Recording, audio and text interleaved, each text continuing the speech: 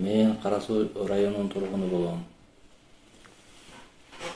Bir neçe жыл ilgeri тактап айтканда 2016-2017 жылдары Якын инкар уюмуна аралашып калгам.